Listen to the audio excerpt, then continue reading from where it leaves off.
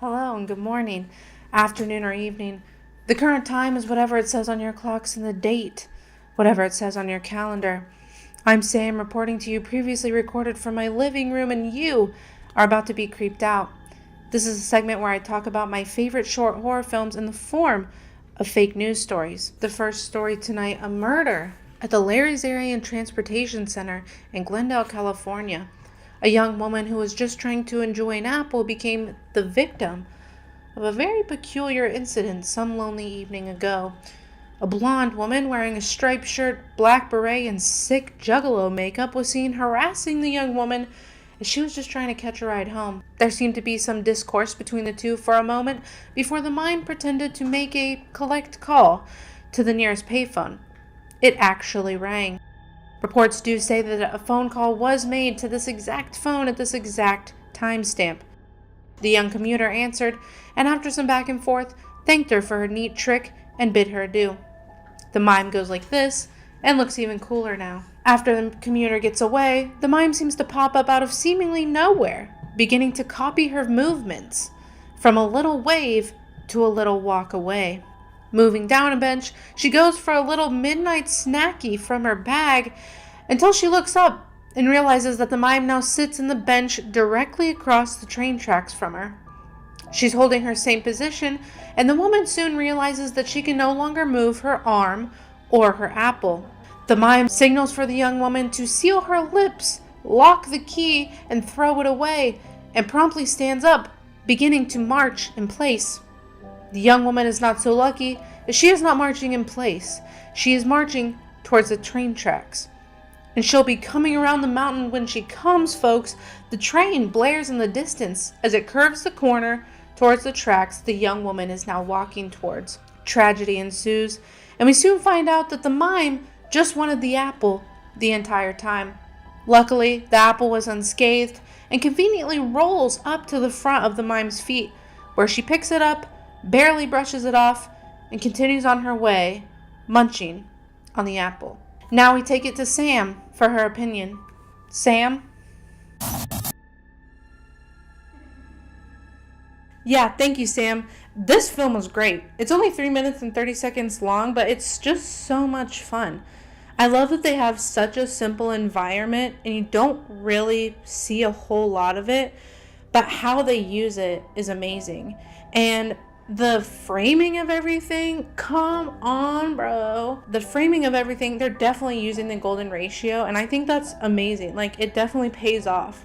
It's just beautiful. It makes for a beautiful film. There's not crazy lighting, not crazy costumes. Even the mime makeup is relatively simple, straightforward. I like the mime a lot. I think she's funky and she's a lot of fun. I also appreciate the piano notes when the mime smiles every time. It just kind of gives it that horror factor that you need.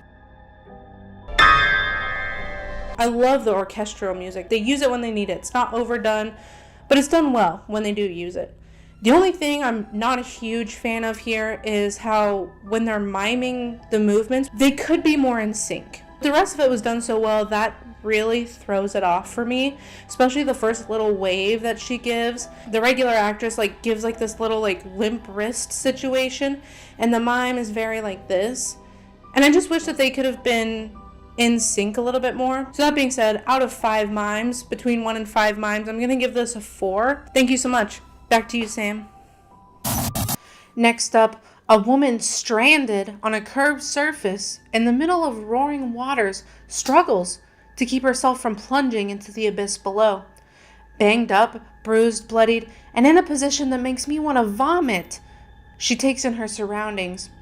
It's hard to say what landed this young woman in this specific scenario, but what we can say is that this skater girl is about to see you later, girl. Later, it's reported that there is a siren-like, ear-piercing shriek emanating from the blackness below. The young woman hears this and for some reason attempts to roll over on her belly to try to get up the curve. This seems like a weird move.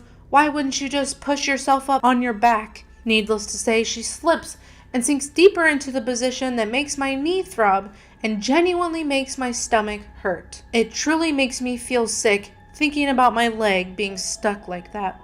Arriving at the conclusion she can't get a good grip because her fingers are glued together with blood. She develops an effective strategy of deep breathing and wiping her grubby little mitts on her jacket. The more she struggles to push herself up and slightly slips, she notices stains of a similar fate on the curve directly across from her. Each time the protagonist slips a little more, the stains across from her seem to multiply on their own. Weather reports say that it began to rain, causing the slope to become slippery. Luckily, the woman was conveniently wearing a loose chain that she is able to rip off, wrap around her hand, and use as a little grippy sock to help give her some traction to move back up the slope. The victim's fate is unknown. We take this to Sam for her opinion. Sam? My tummy hurts. I'm definitely not a gory body horror person, and for this being so subtly disgusting, there's something to appreciate about that. This girl's hands look insane. They have a nice little close-up, and her little ring finger's all black and bloodied and like missing half of her finger, and it's gross. It's so gross, and it makes my hands hurt. Her hands are super scraped up. They're covered in blood. This girl has a lot of blood all over her. Even one of her shoes is like soaked in blood. And I was wondering how she got so much blood. Obviously, it's like weird how she got in this scenario anyways, but I was wondering how she got so much blood and how there's not like blood streaks behind, like from behind her. She has like a random bruised bump on her head, and it just seems odd. Like, how did she get that? Most of the pain seems to be on her hands or her leg, and anyways, there's a little bit of continuity issue there, but overall, it's so well done. You don't have any environment to work with. All you have to work with is one area. All you have to work with is the actress. So keeping her subtly dressed, and the color editing of this is gorgeous.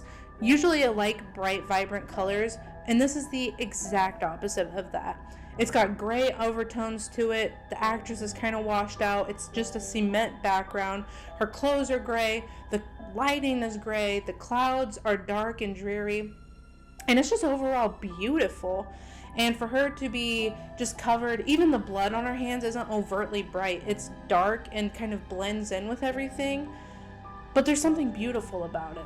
So the main injury here was her hands, and she was using them to like push herself up, right? So they're getting more scraped each time she's trying to push up. So it shows her hand covered in blood already, and she's trying to wipe it off, and she's wincing when she's wiping off her hands, which just adds to the feeling of my hands hurt, right?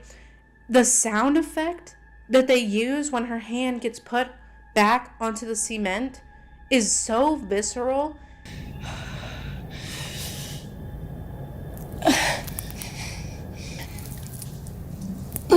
That's another thing that adds to the like grossness feeling of the film. And later on there's a little blip about the director, like his two main inspirations for the film. One of them was having a conversation with a depressed friend, and the other part was being hit by a car. And he specifically notes his memory of his hands on the wet tarmac, which makes me appreciate the attention to detail there just a little bit more. It makes it a little bit more real.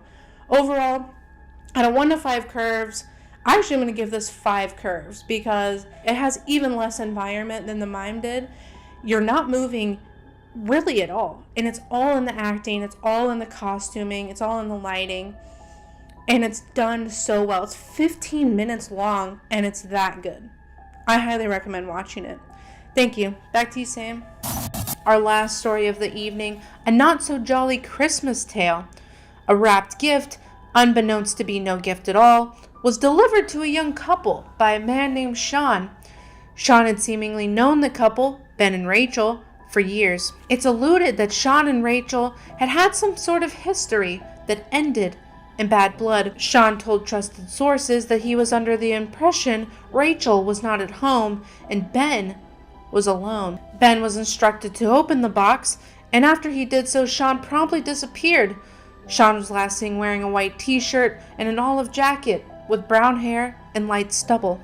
However, the insides were painted with a color known as Vanta Black, and not even a flashlight from my childhood could shine into the depths of its void. and it acted like Mary Poppins' bag. The magician's hat, Sean's box, came with a strict set of rules. It wants you to open it. The young couple was instructed to not take their eyes off of it, because that's exactly what it wanted. Having opened the box and averted their gaze to read the rules, they turned back and noticed that a man's wet head is now peeking out of the box. Phone reports show that Sean had 2 missed calls from Ben shortly after he was seen leaving the premises. Footage and audio gathered from indoor security had caught the man in the box parroting an earlier conversation between Ben and Rachel in their exact voices. It also repeated the apology Sean delivered before he left. After, the box tells the couple that it does not want Ben to leave the house, and that's exactly what it wants. Ben leaves the house. Transcribed phone reports show that Ben had finally gotten a hold of Sean, and Sean realizes that Ben was not alone.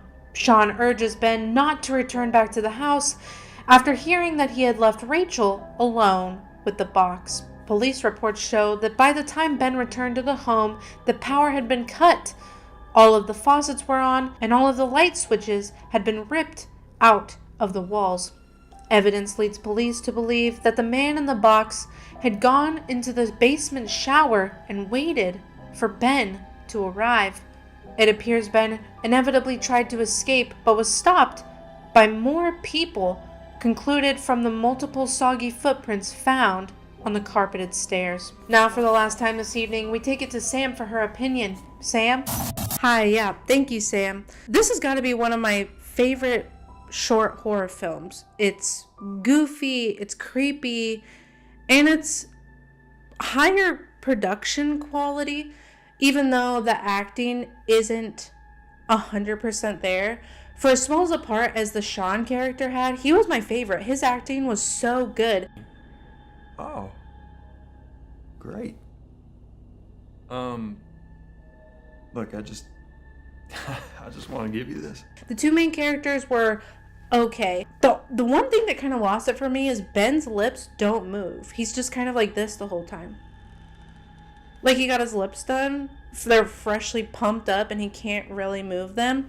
So some of his lines kind of lost it for me. The acting wasn't horrible, but it wasn't the best at all. The other thing that lost it for me was when they were doing the shot from inside the box. I love that idea, love that frame, but it's off. And I think they definitely kept the shape of the edge of the box, which I appreciate, but then they just kind of set the film inside of it. You can tell it's not actually recording, so it's just the angles are off or something's off, and it is off-putting to view. You can tell it looks extra fake, but it brings itself back, right? It's super creepy. I love the mystery behind everything. Why is this box guy wet? Why is there a box guy anyways? What is his universe? It's kind of like a portal to another universe where they require water, which does add to the creepiness later. I love that they brought in all the faucets being on, almost like when the guy came out of the box, he needed water as soon as he could, so he's just getting water from all the faucets as he makes his way downstairs to the shower.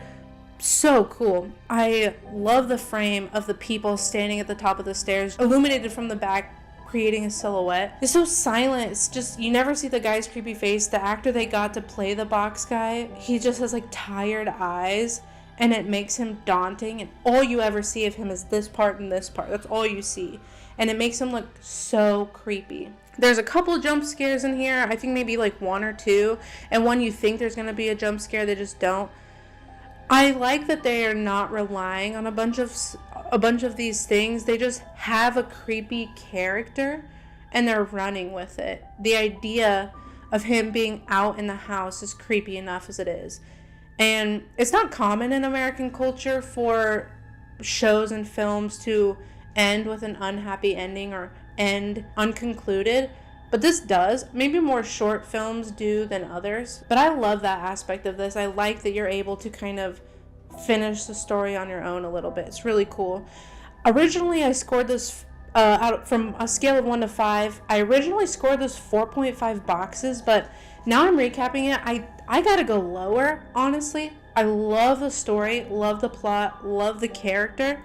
But the acting and the beginning story like, between the couple, kind of loses it for me. I have to deal with a disappointing 2 inches enough as it is. I mean, all 2 inches of me anyway. Oh, God. Want to hear 3? You're getting me wet. That's what I want to hear. No, Jesus. 3.5 out of 5 boxes for me. Thank you so much. I'm Sam, signing off, and these have been my opinions. Back to you, Sam. Thank you, Sam. Well, that's all, folks. If you like these stories, you can get more of them in their short film forms below. Remember to stay safe out there, and I hope you were sufficiently creeped out. I'm Sam. Thank you for joining me. Have a good night.